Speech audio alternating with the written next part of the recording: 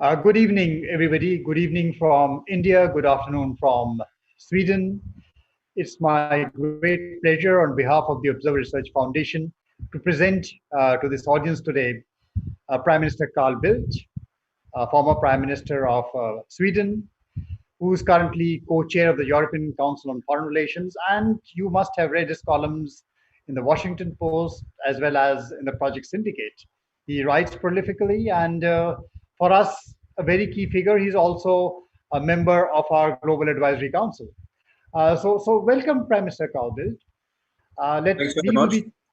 I'm really here to ask you a few very pointed questions. Let me begin first of all by the countries responded to this pandemic, COVID-19, in various ways. It hit everyone suddenly. It came completely unannounced. No one was ready for it. And most countries followed a model which came out of China, which was they started imposing lockdown, shutting down cities, parts of cities, shutting down whole economies. Some countries were outliers. Sweden, your country, was one of them. And there has been a lot of controversy about what worked in Sweden, what did not work in Sweden.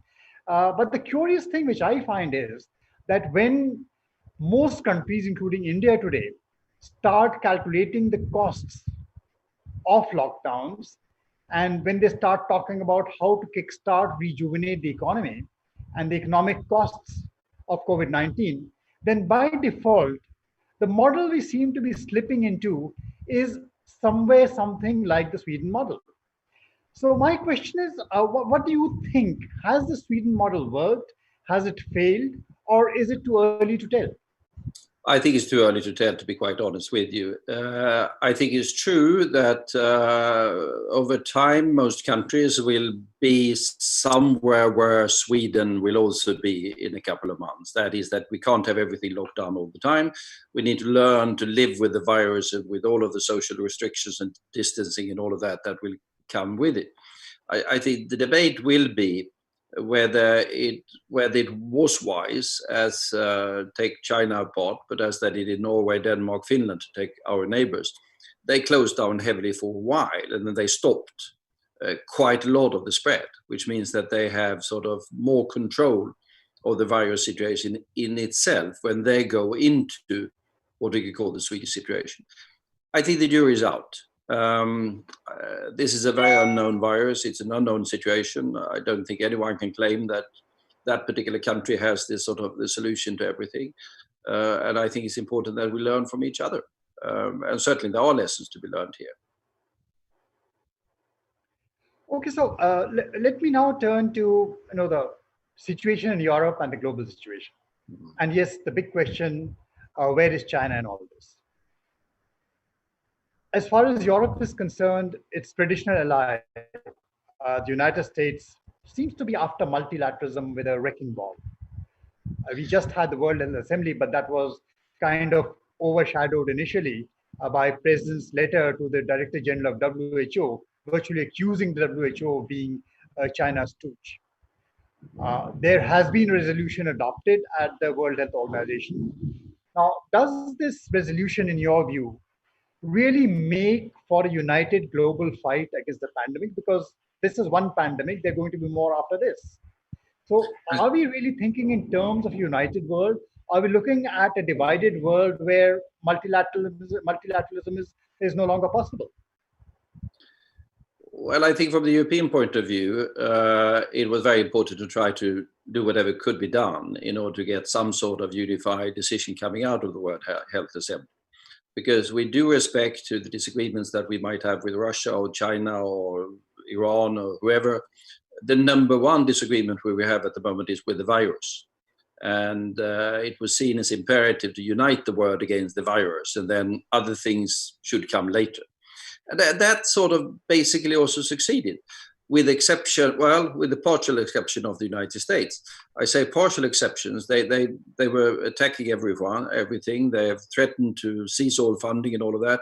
But at the end of the day, at the World Health Assembly, after complaining all the time, the Americans also agreed with the EU-sponsored resolution, and we managed to get a resolution there, which included also things that had been controversial from the Chinese point of view, the demand for some sort of inquiry, lessons learned on what really happened. So clearly, multilateralism is under severe threat. That could be the World Health Organization, that could be the World Trade Organization, that could be the UNESCO, that could be the Paris Climate Agreement, that could be the Iran nuclear agreement. The list is fairly long. But from the European point of view, very important to rescue as much of global cooperation as we can. In a way, Europe's dilemma today is also the dilemma of the world. The US, at least under President Trump, seems to be stepping back from multilateralism, giving up its position of leadership which it had in the world. And curiously, China seems to be just very keen to grab the mantle that the US is so eager to discard. But systems, values, societies differ. That is a major dilemma which many countries face. So let me draw your attention to a recent column that Joseph Borrell, the European Union Minister for Foreign Affairs, wrote, which was picked up by various magazines and newspapers, where he accepts that China, yes, has gained considerable global influence. And then he starts talking about EU relations with China. And I quote him, the EU relations with China are diverse, and our approach must not be reduced to one perspective. He talks of three words: trust, transparency, reciprocity. Now, is there a message here? Do you read this? Is there a message here that Brussels is sending to, is it to Beijing? Is it to Washington, D.C.? Is it to the world? What is the message? And how much anxiety is there about China's role in the EU, or this is just some fuddled view of some technocrats within the European Union? This is not the EU view. I think the Borrell piece is reflecting the emerging European view. There will be more of that, because what we have coming up, or supposed to have coming up, in September of this year, under the German presidency of the European Union, is a big summit meeting between all of the EU countries and China. Whether that will happen or not remains to be seen. But there's a lot of focus on developing China policy. I think we can say that it needs to be a policy with two legs. I mean, there are X numbers of issues where you have the difference in values, not a democracy, to put it very mildly. It is doing things that we profoundly disagree with.